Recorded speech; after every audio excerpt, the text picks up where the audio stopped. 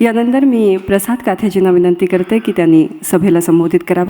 वाग्देवता सरस्वती आणि ज्या महर्षी व्यासांच्या नावानं हे व्यासपीठ स्थापन झालेलं आहे त्या दोघांनाही विनम्र अभिवादन.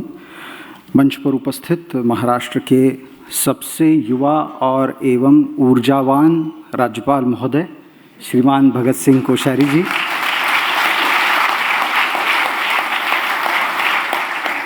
इसी के साथ श्रीमान रामलाल जी और मल्लव दानी जी, मधुसूदन क्षीरसागर जी, रविंद्र सिंघवी जी और उपस्थित सभी मान्यवर.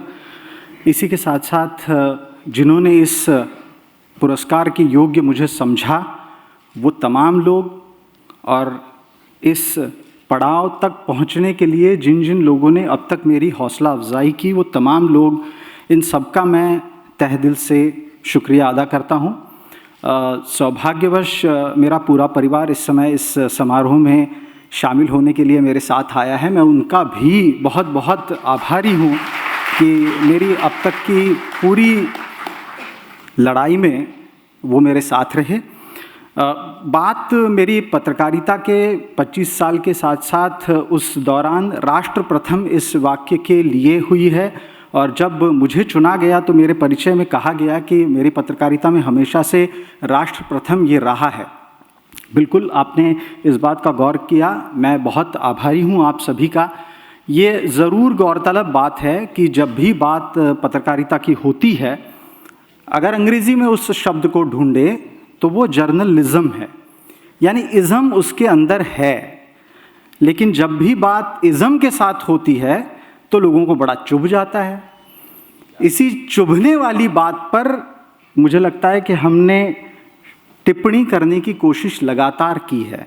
ज़रूरी नहीं कि एक के खिलाफ न बोलना ही निष्पक्षता है, ज़रूरी नहीं कि किसी का मुद्दा सरल तरीके से रखना ही निष्पक्षता है. जो भी आप कहना चाहते हैं वो सटीक और सभ्य रूप से रखना, यही सबसे बड़ी ज़रूरत है. अगर हम बात हमारे पत्रकारिता के इतिहास की करें तो हमारा पत्रकारिता का इतिहास इसी इज़्म के साथ पैदा हुआ कि ये देश अलग है, ये देश आज़ाद होना चाहिए और इस देश को अंग्रेज़ों की ज़रूरत नहीं है. हमारे तमाम वो आदर्श पत्रकारिता के भी और समाज पुरुषों के भी एक विचारधारा के साथ चलते थे. अगर वो विचारधारा के साथ चलते हैं तो पत्रकारिता क्यों विचारधारा के साथ नहीं चल सकती. इस बात का गौर रखते हुए अब तक जो भी काम किया उसके लिए आपने मुझे गौरवान्वित किया, इसलिए मैं बहुत बहुत आप सभी का शुक्रिया अदा करता हूँ. इस मंच से मैं एक चीज़ का जिक्र करूँगा. अग्रदूत के हमारे ऋषिवत श्रीमान डेका जी ने छत्रपति शिवाजी महाराज का नाम लिया और बुद्धफुकन महाराज का भी नाम लिया. इन दोनों के प्रति हमारी सद्भावनाएं हैं, लेकिन महामहिम राज्यपाल जी के बारे में इस बात का मुझे व्यक्तिगत तौर पर गौरव इस बात का है कि ये ऐसी पहली व्यक्ति है जो चलकर छत्रपति शिवाजी के किले तक पहुंचे हैं.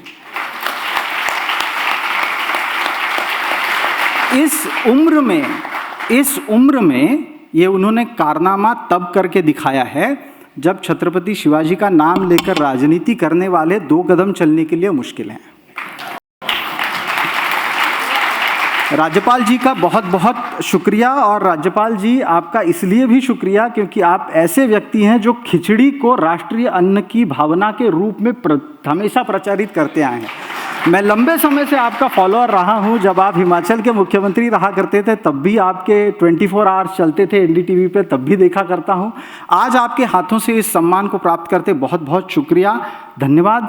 समय की पाबंदी सबको है, मेरे लिए भी, और टीवी का आदमी हमेशा कम शब्दों में ज़्यादा से ज़्यादा बोलता है. लिहाजा बहुत बहुत शुक्रिया करते हुए मैं अपनी पूरी टीम की तरफ से, और डेका जी आपने ये जो बहुत ही सुंदर गिफ्ट हमें दिया है उसके लिए बहुत धन्यवाद. तमाम लोगों के लिए एक बार फिर से बहुत बहुत शुक्रिया.